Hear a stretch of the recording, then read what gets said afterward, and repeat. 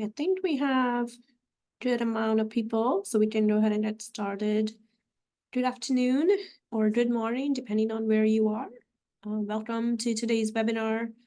My name is Tanha Patel. I am a Senior Technical Advisor with the CDC Foundation, and I'm here with a couple of my team members to kick off a webinar series focused on building evaluation capacity for perinatal quality collaboratives.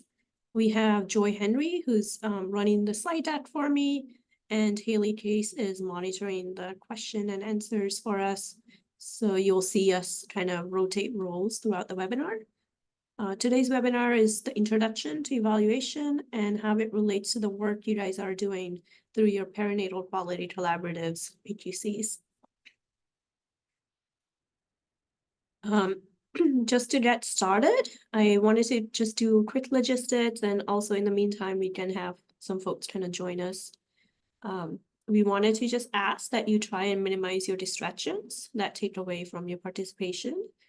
We will share slides after the webinar, so feel free to just pay attention, and we will send slides so you don't have to take notes throughout the webinar.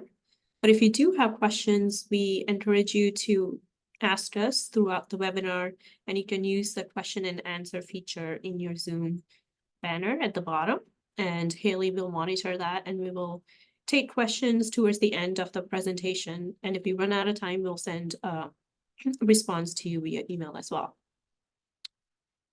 So just to kind of do a quick overview, today's webinar is first of 4 webinar series that we will be going through over the next couple of months. This webinar series is really to introduce evaluation for PQCs, and today's webinar will be focused on just a basic introduction to what is evaluation and why evaluation is important. The next few webinars will focus on how do you plan for an evaluation, how do you collect data for evaluation, and then how do you utilize findings in practice. I do apologize. I have a little sore throat, so I'm going to keep drinking water, make sure I don't lose my voice for the next hour. But if you have any issues with hearing, or if you need me to slow down, please feel free to put that in the Q&A portion, and Haley will flag it for me. Just before we get started, I just want to know who we have on the call and what experience have you had with evaluations so far. So we're going to launch a quick poll for you to respond to. Please share your experience on what has been your evaluation experience. You can select many responses depending on where you fall. I'm going to stop talking for a minute and let you respond.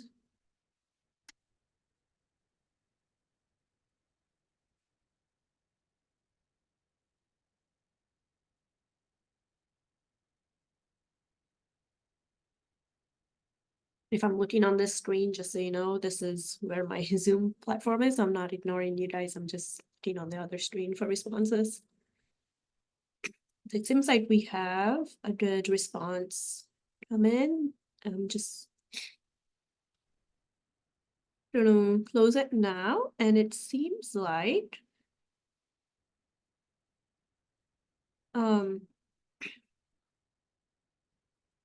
majority of the respondents have selected that you guys have been a part of a team that has conducted an evaluation. Some of you have conducted evaluation yourselves, and then some have never been part of the evaluation. So we have a pretty diverse group today, and that is great because we are trying to tailor the presentation to all of you.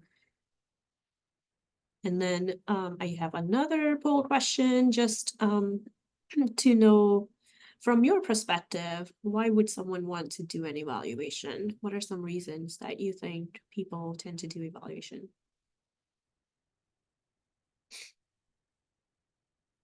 So again, we have some responses coming. I'm just going to take a minute.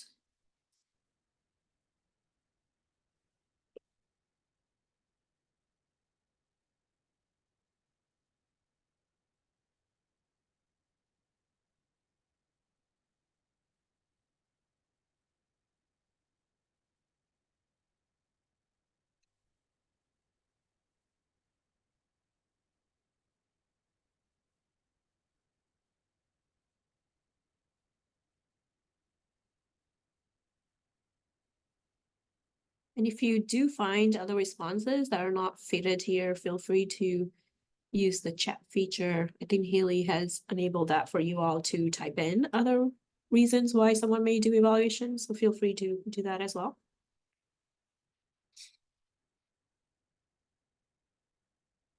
Okay. And honestly, a lot of you guys selected many of these responses, and that is completely fair. Evaluation can do any of these things, and we will talk through some of the reasons why evaluation is important through the presentation, but it's great to see that you guys already see this as an important part. Just to kick us off, I want to start with the basics on what is evaluation. Like we saw, you guys have a wide variety of diversity in the audience today, so really trying to just give you a little bit introduction to evaluation, why it's important, what can be evaluated, and how it all connects to the work you guys are doing in the QI world, in the quality improvement initiatives that are being supported by your PQCs. For the CDC funded PQCs, this is even more important as you start thinking about what quality initiative you will be evaluating over the next couple of years as part of your funding from the CDC. So this is really in support of the work that you will be doing over the next couple of years. So evaluation is really particularly a program evaluation or an initiative evaluation is a systematic way to understand what is expected of the initiatives that you're doing, and then how do you demonstrate if and to what extent those initiatives are working as you intended to work. Evaluation, like quality improvement process, is a data-driven process, and it involves asking pointed questions and collecting data to answer those specific questions. Evaluation needs to be planned and purposeful. The findings from evaluation can and it should help inform decisions for continuous improvement. It can help decide whether to expand a certain activity or initiative, or if you need to reduce any of those activities or initiatives. Evaluation is an opportunity to learn and understand the initiative, your organization, and how best to serve the community and the needs that you have in your community. Most of us have funders or other partners who ask us to provide reports to them. We are used to completing those reports, and oftentimes many of us think that that is our evaluation and that's the extent to evaluation. But evaluation is more than that. What we're doing with the progress reports is just monitoring our activities, our accomplishments, and our challenges.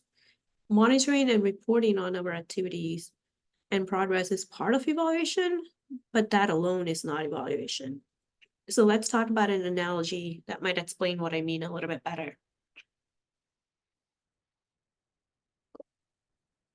So say I got invited to a party and I volunteered to bring some bread to the party. Now, the easiest thing for me to do is go to the local bakery and buy the loaf of bread, but I want to bake one myself. And that is an activity that I am doing. So let's take that as an activity or initiative for this example.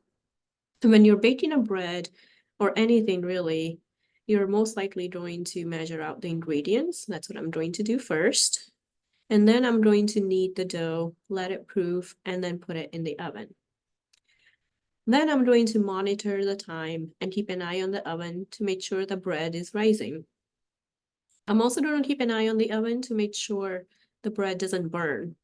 I certainly don't want to take a bread to the party that's burnt. And I don't want to redo the work either. So up until now, what I've been doing is I've been completing my activities, my task, and I'm just keeping an eye on it to make sure that I actually land with the bread that I can take to the party. Going beyond just that monitoring and making sure that I have the bread, I want to make sure that the bread tastes good. Learning from my previous experiences, I did use the correct ingredients, but along the way, I'm going to see if the bread is tasting good, if the texture of the bread is the way I want it, and if the smell and the flavor of the bread is what I want it to be. And if it's not, along the way, I'm going to keep asking myself, What am I missing? How do I adjust? How do I get it to the way that I want it to be? By doing this, I'm not only monitoring the act of baking a bread and making sure that I have a bread that is not burned, but learning and improving along the way to really understand what is working and what is not working. I have an idea of the taste and texture that I wanted, so I worked towards that and made sure that the bread that I land with is achieving that. And based on the learning, I'm also going to improve my baking skills and the breads that I make in the future. That to me is evaluation, the act of continually and strategically learning and improving based on the data that we have. So now that I spent a lot of time talking about bread, it's lunchtime for us, so I am getting hungry. But to bring it back to your professional world, in our work, when we're working on a project or an initiative, we're often keeping track of what we're doing, the activities that we're completing, and knowing which activities are pending or we're not going to complete on time. We do this by collecting routine information to make sure our activities that we said we were doing are being done. We're also keeping an eye on who's doing what activity and what resources are needed. At the same time, we're also making sure that the activities are completed on time. Essentially, what we're doing here is we're monitoring to make sure that we're doing what we said we would do and reporting on our accomplishments. This is one way for us to show accountability to our funders and decision makers. But when we talk about evaluation, we're talking about going beyond that. We're talking about actually measuring the impact of those activities, learning what worked, what didn't work, why certain things panned out the way they did.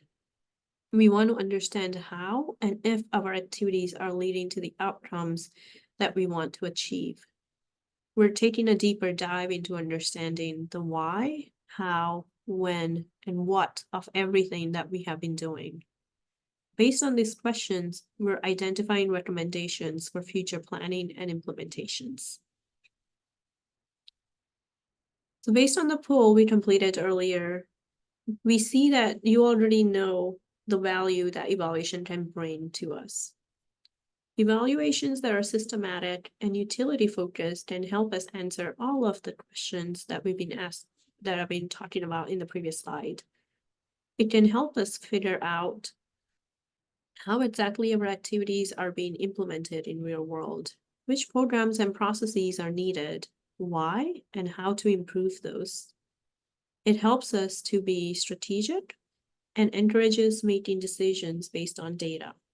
It also helps us justify the value of the funding and resources that we're getting for the activity by showing how well the activity is working. Evaluation can also show why the activity is not working or how best to refine it or discontinue it. And most importantly, evaluation helps us create a culture of continuous improvement. Doing this builds credibility of what you're doing and helps you stay focused and centered on the overall goal that you want to achieve. While the team or partners may want to know about everything related to the initiative that you're implementing, it's not going to be feasible to evaluate the implementation, the outcomes, the costs, the other elements of the initiative. And many times you're doing multiple initiatives, so it's not going to be feasible to evaluate everything for every initiative. So over the webinar, we'll talk about how do you pick what to evaluate as well. Because not all evaluations are useful and appropriate. The initiative must be ready to be evaluated and ready to be acted on based on the findings. Sometimes evaluations will highlight things that are not working or expected, and that can be hard for someone to hear. And if they're not ready to hear or make the changes that are required, you may have spent a lot of time evaluating something that may not lead to refinement that is needed. So evaluation should really be focused on what is important to know at that particular time and how findings will be used. So we'll talk about that in a minute. But before we do, I think a lot of times we talk about who can do evaluation. And many of you are already doing evaluation without realizing it. Evaluation can be done by dedicated evaluators or people who may not be formal evaluators, but they are familiar with the program and how to use data and are willing to learn and adapt based on findings. Strong evaluators are people who can stay neutral and objective throughout the process. Someone with strong critical thinking skills, who is curious by nature and is comfortable asking lots of questions, including those challenging questions in settings that are kind of challenging at times. Someone who is familiar with the topic of the initiative that is being evaluated is going to be helpful. Someone with access to the program team who is a good facilitator and can navigate different perspectives diplomatically is going to be very helpful to have. And someone who's practical and can work with existing resources, being collaborative with the resources that you have and the partners that you have at the table. These are all good qualities to have. And of course, it's going to depend on the context of your evaluation and what exactly you want the evaluation to focus on. Finally, and most importantly, you choose as an evaluator will be effective and affected by the feasibility of the resources that you have. So in short, all of you have a role to play in evaluation, and you are already playing some of these roles without even recognizing that you are being part of the evaluation team. I know many of you already said that you have been part of an evaluation team, and that's great. I just hope you recognize that you are also playing a portion of the evaluator roles in those teams. So coming back to what do you evaluate? Let's talk about that for a few minutes. So when you think about your evaluation, you need to narrow in on what exactly you will evaluate and why. You have to ask yourself, what is the purpose of this particular evaluation, and how will it help me improve or address a particular situation? There is no easy or no one answer that will help you determine what you should evaluate. The need for evaluation will be driven by what information the initiative, your leadership, and your staff need to continue being successful. The need for initiative-specific evaluation may come from different levels of the organization. Next slide, Joy. For example, your organization or hospital system may ask questions like, are the activities changing population health outcomes? How is this initiative supporting or hindering hospital infrastructure or hospital policies? At the initiative level, the leader of the initiative, the person who's leading the project, may ask the team how successful the initiatives have been, if those initiatives are leading to the outcomes that they intended to achieve. The team members themselves may also ask questions that lead to a need for an evaluation. They can ask what specifically is working or not working about the activities that you guys are doing, how best to adjust their routine to accommodate the changes that are needed, especially if you're adding more work to the roles already doing tons of work. They may even ask, why should they be part of this team or this new initiative to do an evaluation? For example, you have an initiative where nurses are asked to complete 2 questions at the end of their shift. But consistently, you're seeing that only a handful of nurses are completing those questions. You may want to figure out why nurses are not completing these questions and what are the implications of not doing so. Without this information, you may not be able to complete the initiative that you started. And maybe that initiative is a priority, and now if you don't complete it, you're not meeting the priority needs within your organization. So that is an example of how the team can drive the need for an evaluation. The need for evaluation may also come from your partners. One more click, Joy. And this is common reason why evaluations take place. Next slide. For PQCs, you have various different partners that are engaged in various capacities and in your initiatives.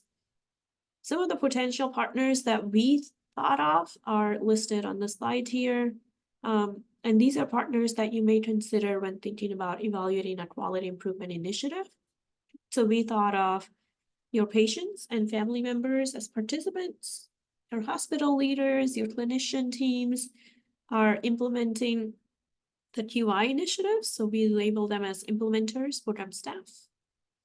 PQC leadership, who is designing the activities and making key decisions. Other groups that collaborate with PQCs, such as nonprofits, academic institutions, or your state health agencies, are also listed as collaborators.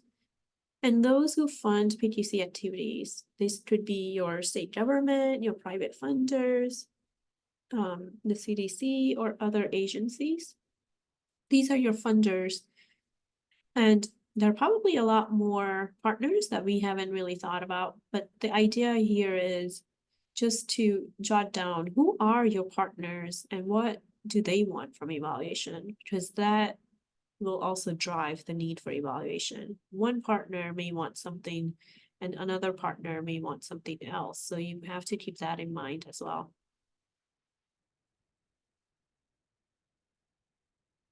Another need for evaluation may come from the context in which you operate.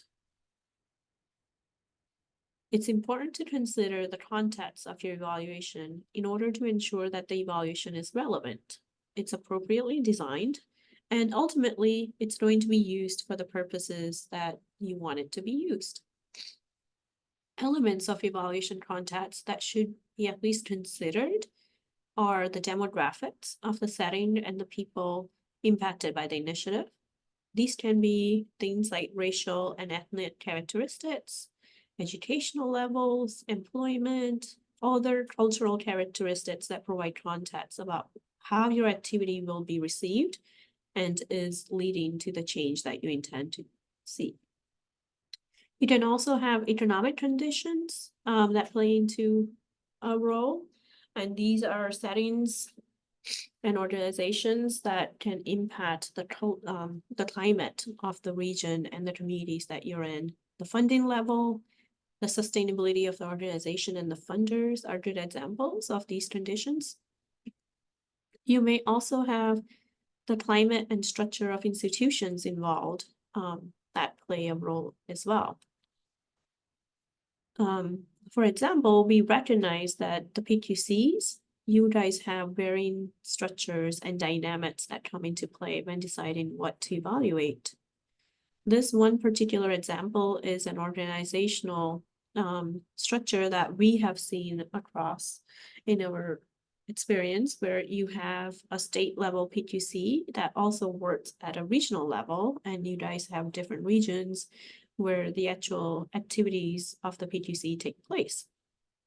Another example of a PQC structure we've seen is where it's a statewide PQC, next click, Joy, where you have PQC working at the state level, but they have different teams working on two different focus areas. One is working on perinatal and the other one is working on maternal quality initiatives. So understanding that you have different organizational structures, different leadership, different partners that play in the role in the initiative, you may also want to think about what role and what dynamic plays into the factor when you think about evaluation. When you think about who makes up the evaluation team. For example, if you're going to evaluate a QI initiative that's being implemented in only 5 counties of your state, but if you're considering scaling that initiative up to statewide, it's going to be important that you have representatives from each of those counties and the state, so that everyone who's going to be using the evaluation findings is at the table and can help you design the evaluation so that the use of it is going to be stronger, and you already have the buy-in from all the partners at the table. Coming back to the evaluation context, the interpersonal dynamics at play in the initiative and among partners will also be something to consider. How people work with one another at different levels of your organization, at your program level and your initiative may also shape the design of the evaluation. And finally, the cultural and political dynamics affect the initiative and the evaluation as well. What you choose to evaluate may be driven by what is politically or culturally acceptable and prioritized by your partners. As you see and get a sense from the previous slides, all of these needs and requests from different partners for information probably happen on an ongoing basis and probably happen many at a time, right? There don't just come one need at a time. Everything will probably come to you on an ongoing basis. So when deciding what to evaluate, the most important thing to keep in mind is the resources that you have available. You don't want to take on an intense project when you don't have funding, time, or even the staff to do the work. So you should always keep in mind the timing of the evaluation and the resources that you have in hand to complete the evaluation. And we'll talk about this next in terms of when do you do an evaluation. So in general, you can evaluate any component of your initiative. Ideally, evaluation should start from the beginning as the initiative is being designed, because the right evaluation can identify the need and the best ways to address those needs for a particular population. This information can be used in the design of the initiative. Evaluation can also help assess how an initiative is doing, understand what is working and what is not working within an established initiative. And it will also help you document what was achieved and lessons learned once the program has ended. Timing of the initiative plays a role in what evaluation is prioritized. For example, if you started a new process to help new birthing people bond with their newborns in Unit 1 just last month, it may be better to focus the evaluation on understanding how well that process is going and if there are any adjustments that need to take place. You want to focus on that instead of focusing on the evaluation of whether birthing people are bonding better with their newborns and understand what health outcomes are, because it's still very early in the initiative. You may not have had that many patients in the Unit 1 yet. You may not have seen the health outcomes yet because the timing is only 1 month and you don't really have enough data to support the outcomes yet. So even if the organization or the leadership wants you to know the outcomes and report on the impact of this new initiative, you may not be able to prioritize that because you don't have enough information or the program hasn't in place long enough to actually do that evaluation. So this is one example of how you can use the timing of an evaluation to decide which one to prioritize. Based on when you evaluate, the type of evaluation will be different. So I want to walk through some of these common types of evaluations that are conducted and when we may conduct each one of these. The first one is formative evaluation. Formative evaluation can be done when you're developing a new initiative or when the initiative is being adapted to a new setting or population. During this time, it's important to learn what elements are needed to be incorporated into the initiative and how best to adapt the initiative to meet the cultural and contextual needs of those being supported. Formative evaluation will help inform the design and the modifications needed to successfully meet the needs of the program. Initiative that drives design through data will set up the initiative to be a successful one. One example of formative evaluation that you may be familiar with is needs assessment. Needs assessment help identify current conditions and needs among those involved. Understanding these can help design your initiative. A readiness assessment is also an example of a formative evaluation. Readiness assessment is often completed to learn if a setting is ready to make a change by studying the context, the infrastructure, the personnel capacity, and the resources that they have in place. Process evaluation is an evaluation type that can be done when the initiative is already in the process of being implemented. And so when an initiative is already ongoing, you may want to measure how the initiative is working. Process evaluation can help answer those questions for you. It can help you understand whether and to what extent the program was implemented and whether it was implemented as intended. Overall, it explores how initiative is achieving its outcomes. Process evaluation can be done during the operation of an initiative, whether it's newly implemented or if it has been going on for a couple of years. The process evaluation help monitor if program is working as intended, but it can also be very powerful in how they can inform adjustments and improvements to program activities while the initiative is still going on. So in a way, it can provide you with real-time feedback to adjust and refine the processes as they come about. While the process evaluation explores how the program achieved its outcomes, the outcome evaluation explores if and to what extent the program achieved the outcomes. Once an initiative has been in place long enough for the intended change to feasibly reach the intended population, you can conduct an outcome evaluation. Outcome evaluations measure the effect of the initiative, including short-term effects, intermediate effects, and long-term effects. In particular, outcome evaluations measure if the initiative is meeting its objectives, especially those planned in the planning stage of the initiative. Often, initiatives want to both learn if outcomes are met and how they are met, so it's common to do both an outcome and process evaluation, either concurrently or consecutively. One particular form of outcome evaluation that you may have heard of or are interested in is cost effectiveness. This is one that a lot of the leadership wants to know about. Cost effectiveness evaluation evaluates the financial aspects of the initiative, and it compares the cost and the consequences of the cost that was put forth to implement the initiative. Finally, impact evaluation assesses the broader impact of the initiative.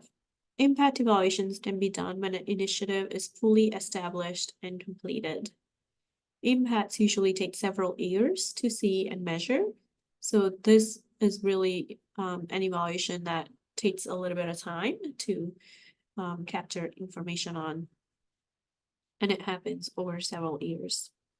The goal of impact evaluation is to learn the degree to which the initiative is meeting its ultimate goal. For example, a hypertension in pregnancy initiative may have the goal of reducing mortality and morbidity related to hypertensive disorders in pregnancy. An impact evaluation would evaluate if that happened. Impact evaluations can also reveal impacts of the initiative that may not have been planned or anticipated. Initiative impacts can take many forms, including changes in population health, changes in policy or infrastructure, or changes in economic settings. The way you define impact is going to be dependent on your initiative. What I want to do next is just quickly walk through a few examples of how these evaluation types kind of play into role with some of the clinical initiatives that you may be implementing within your PQCs. For the first example, we have an initiative focused on promoting vaginal birth and reducing elective or unnecessary cesarean births. This initiative created labor management support modules for clinical staff to follow that addresses multiple drivers of unnecessary cesarean sections. The initiative also tracks each provider's cesarean rates and reports them back to the provider. The initiative leadership wants to learn more about how the initiative was implemented. Because the activities didn't really directly lead to a significant reduction in cesarean births in the first year, this was really important for the leadership to understand. The initiative leaders wanted to keep trying the initiative, but anticipated that changes will need to happen.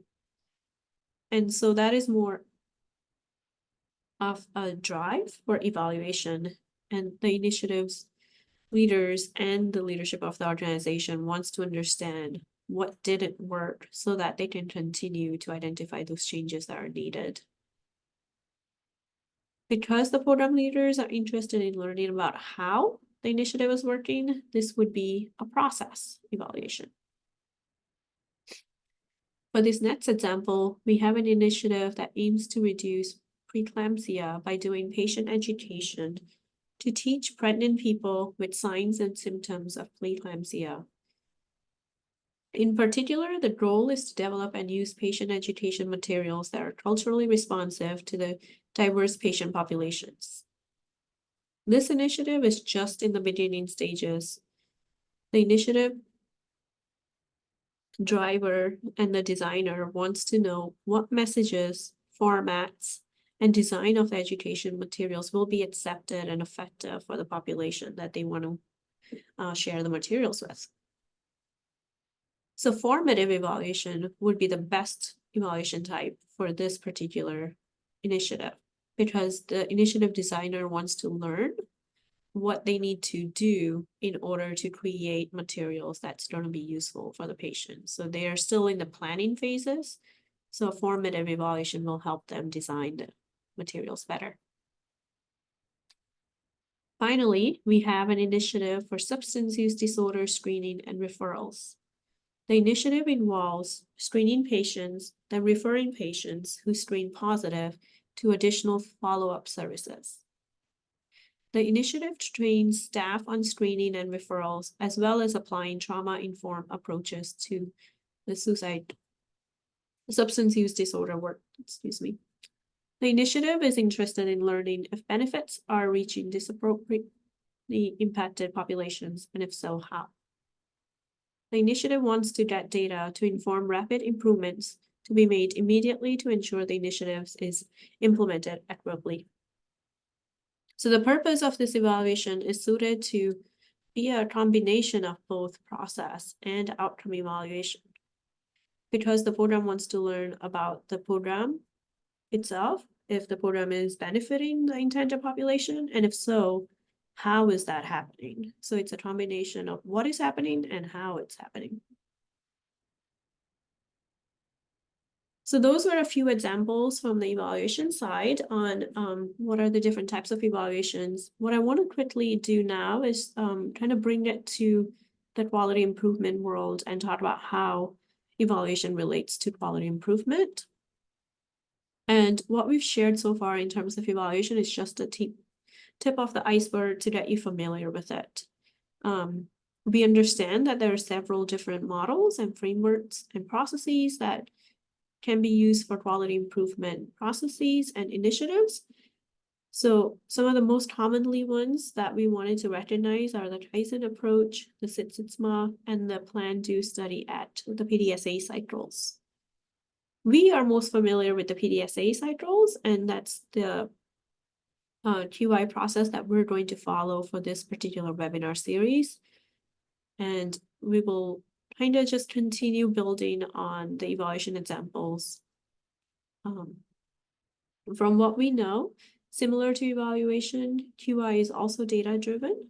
QI is often done to test a new innovation or intervention, and involves testing the design and collecting and analyzing data in sprints to see what changes are happening and how well those changes are taking place.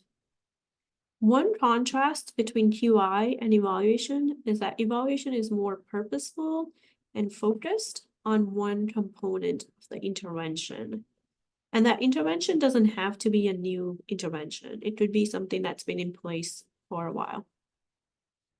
Also, evaluation is often conducted at various stages of intervention to understand what is the need, what should be the design, how well it is being implemented as planned, what are the achievements of the intervention, and what are the barriers to implementing the implementation.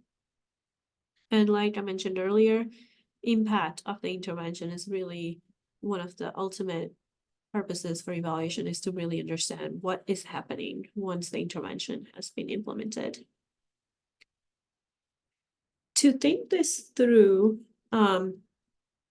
what evaluation can add to your QI work, we will work through an example of an initiative addressing hypertension in pregnancy. This example is adapted from the work done by the Illinois PQC. So thank you, Illinois PQC, for sharing the work, and we were able to find this and kind of build the examples from it. So thank you. In this example, one hospital observes that they are encountering high rates of hypertensive orders in pregnancy. In order to explore the potential for developing an initiative to address this, the hospital does a formative evaluation that uses surveys to find that there is a desire by clinical staff for webinars, trainings, and guidance materials around treating hypertensive disorders in pregnancy. And there is also a need for a complementary formal trainings with additional QI support to ensure the initiative will be implemented effectively. These evaluation findings are used in addition to a review of evidence-based practices and existing programs to design a QI initiative for this hospital. In this case, the formative evaluation provided more information to be used in the planning phase of the PDSA cycle. Based on these findings, the hospital decided to test out a new hypertensive QI initiative. This new initiative holds collaborative learning webinars, monitors data for patients with severe hypertension, responds to cases of severe hypertension, provides QI support to hospital staff, and developed a toolkit and webinar. Once the initiative is designed, the QI initiative continued with the PDSA cycle to test out the pilot implementation of the initiative. Next click. In this example, you see how evaluation enhances data available to plan a new quality improvement initiative to address a clinical need. And we'll continue with this particular example in the next few slides to kind of see how one initiative can have multiple facets of evaluation that can be carried through, and how evaluation really complements the QI work that is going on. While implementing the QI initiative that we discussed in the previous slide, team was interested in answering questions that were not necessarily answered with the QI data. So for example, the team started seeing that the percentage of women with sustained new onset severe hypertension receiving medication within 60 minutes rose from 41% to 87%. And the overall rate of severe pregnancy complications and maternal deaths within 1 year of pregnancy decreased from 12% to 8% in 1 year. But the team was not able to see if and what variations of the initiative were implemented across different units in the hospital, or what factors were facilitating or hindering the work that was being done. Those questions were important to the team to understand so that they can adapt the internal processes and reduce the barriers that existed in some teams. A process evaluation can be used in this case to dive deeper into part of the initiative that the QI data didn't cover. And through this evaluation, you can learn about these variations, the facilitators, the barriers, and the needs that will be helpful as you refine and adapt the initiative across different units.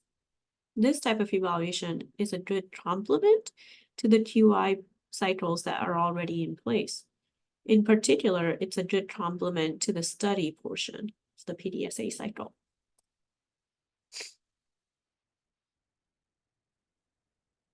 So say the initiative is going on for a while, and after the QI project goes through all of the PDSA cycles and the initiative has been implemented for a year, there may still be a need to understand what happens after you have implemented the new innovation or the intervention. Are the changes actually sustained over time? What was successful? What didn't work at the end? Once the initiative was implemented and the QI processes wrap up, there often are no additional checkpoints or resources to assess if the changes are sustained over time. An outcome and impact evaluation can be conducted 2 to 3 years after implementation. This evaluation can help you understand if the changes were sustained over time. If so, what were some facilitators? And if not, what were the barriers to not sustaining? Evaluation can also help get clarity on what outcomes were achieved and what has been the impact of this innovation on the team. The patient's health outcomes, the financial monitoring of the organization, and any other outcomes that you were set out to achieve. The findings from these evaluations can suggest if there are any refinements that are needed, if the innovation is successful enough to scale up to other hospitals, and if so, what factors should be considered, or what can this innovation lead to? Can this innovation lead to policy change that can be applied to multiple hospitals across the region? These types of questions are often asked by decision makers and funders to not only justify the resources that they've provided you to implement the initiatives to begin with, but to also communicate the value add of the work that is being done, of the innovation, and how we are impacting the larger population health outcomes and the financial responsibilities across the systems. Finally, evaluation data from this initiative that we were just talking about can also be used to inform the next cycle of the QI initiative. So say you implemented this hypertension project initiative for a couple of years and you learned what was working, what was not working. And that information can be applied to the next phase of the QI cycle. So you can use the findings from the formative, the process, outcome, or impact evaluation to decide if the QI cycle should repeat the same initiative, if certain elements should be adapted, if the initiative should scale up or down, and if so, how. And there are so many other decisions that you can make just with the richness of the information that you get from evaluation findings. And if you decide that, this particular initiative did not fit what we wanted to do, that is also okay. For example, if your evaluation reveals that the reduction in mortality and morbidity due to hypertension in pregnancy were not equitably spread among pregnant people of color and those who live in rural areas, this can then be used to drive a formative evaluation to generate directions for how do you redesign this initiative so that you can meet the needs of those particular populations in certain population areas or geographical areas. And that information is also useful to then make sure that intervention that you do end up implementing there is going to be culturally competent and going to help you achieve the outcomes that you want to see. So as you can see, evaluation can be used to inform the QI initiatives. It can inform the design of the QI initiatives by conducting formative evaluation. Last slide, Joy. More formally assess the longer-term outcomes and impact of a QI initiative after the QI cycle has already been completed. Evaluation can also help you learn more about things that were not studied by the QI cycle, to learn about what worked and what didn't work. And it can also inform the next quality improvement initiative or cycle of testing based on the information that you have gathered. So we really do encourage you to think about if any of these items kind of resonate with the work that you're doing now with your QI initiatives that are being planned or implemented, and kind of keep that in mind as you come to the next set of webinar series, because that would help you kind of walk through the process of evaluation. So I hope, if nothing else, you saw that evaluation is a deep dive into part of your initiative. Evaluation can complement the work that you're doing with the quality improvement processes, things that you're already implementing in practice, and it can also further strengthen your understanding of what's working, what's not working, why, and how can you improve or redefine the initiatives a little bit better. Evaluation can also help you communicate the value add of the work that you're doing and the quality improvement processes that are being in place. So with that, I just wanted to say in the next webinar, which is scheduled for March 5th at 11 a.m. Eastern Time, we're going to continue this conversation and discuss how can you focus and plan an evaluation of a particular QI initiative. Haley's going to put a link to the registration for the webinar in the chat. Please register for the webinar, and we hope to see you there. We're also going to have the registration link on the NMPQC portal on the calendar, so you can find the registration link there as well and share with your colleagues. For the CDC funded PQCs, the next webinar, the one on March 5th, is going to be very important as you start planning your evaluation for your QI initiative. So please try and attend that as possible. We also have office hours for you guys, the CDC funded PQCs, and you can reach out to your program officer to learn more about those. But the next one is scheduled for February 6th at 1 p.m. Eastern. So we hope to see you guys as well on the office hours. We're really excited to continue building your evaluation capacity through the next set of webinars.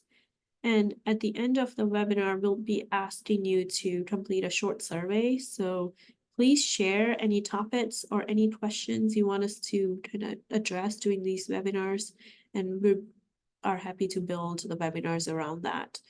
But at this time, I am going to stop talking and take a little break and ask Haley to kind of open up the Q&A portion, and yeah, I'll answer the questions that you guys have. So if you have not had a chance yet, please submit your question in the Q&A feature of the Zoom, and we'll try to answer them now. Yeah, awesome. Thanks again for everyone for using the Q&A, and feel free to pop more questions in. And if we don't get them to now, get to them now, like Tanha said, we'll send out email. So we have a few questions, Tanha, that I'm going to kind of pose to you, kind of summarizing what people have engaged with in the chat. The first one is if you can clarify what thinking goes into a decision around how long after a program has been implemented should outcome and impact evaluations be done? Yeah, that's a really great question. And I'm going to have to say that it really depends on the initiative. I don't have a right answer for you, but thinking about your initiative and the changes that you want to see, if you think that you have had enough time to actually see those changes and measure those, that is probably a good time. So for example, if you're trying to improve, I'm just going to continue the hypertension example. If you're trying to just look at, prescriptions of medications and whether or not patients are actually adhering to those prescriptions and actually taking the medications, a behavior change can usually happen within a month or two, right? So you may be able to start seeing some short-term outcomes within a couple of months after you change the process or implement a new initiative.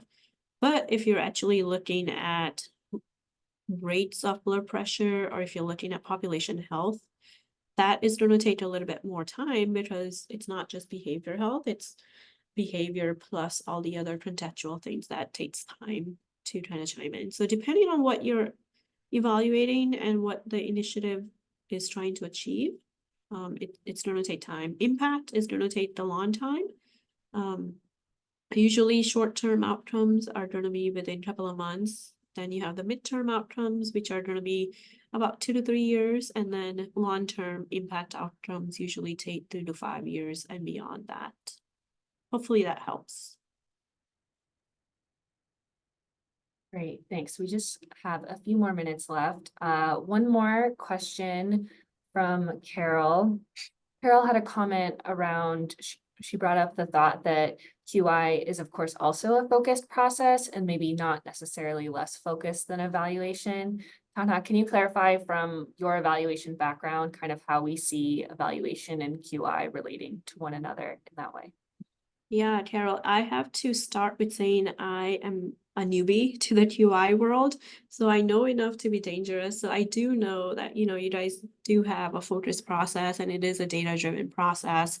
But really for evaluation, as you'll see in the next set of webinars, what evaluation really does, it really does zone in on one particular thing that gets evaluated. So even though you may be completing an initiative, continue with the hypertension treatment and medication example, if the new process, is focused on changing prescription behavior, training folks, your initiative may have different components that gets implemented.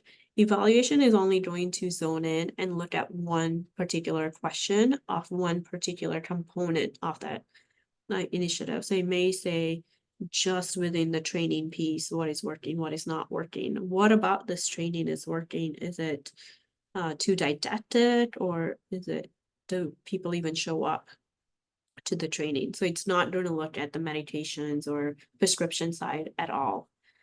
Hopefully that's helping answer that question, and in that evaluation really does zone into one or two questions at a time, and the QI initiative it may have multiple components to it, even though it may be focused on one health topic or one area of a process. Awesome. I think we have time for one more question. And Joanne, I see your hand is raised. I don't think we have time to unmute you if you still have a question, but feel free to email us and we'll address it as we can. The last question that I think we have time for is if you have any additional resources to point out that may be able to help implementing sites track their own improvement data to report to the PQC. I may need a little bit more context on that. But what we are working on is having a lot of evaluation resources available to you guys on our CDC Foundation webpage. We do not have the webpage up as of right now. I was really hoping that we would have it up and running before today, but unfortunately we have a little delay on our end. So over the next couple of weeks, we should have some materials on our website for you guys, including the slides from this webinar and a recording of this webinar on our website. So keep an eye out, and we'll be sure to communicate those resources through an PQC portal so that you have access to those as well on there. But if you have more contacts, I am happy to stay a couple of minutes later and see if we can answer a few more questions.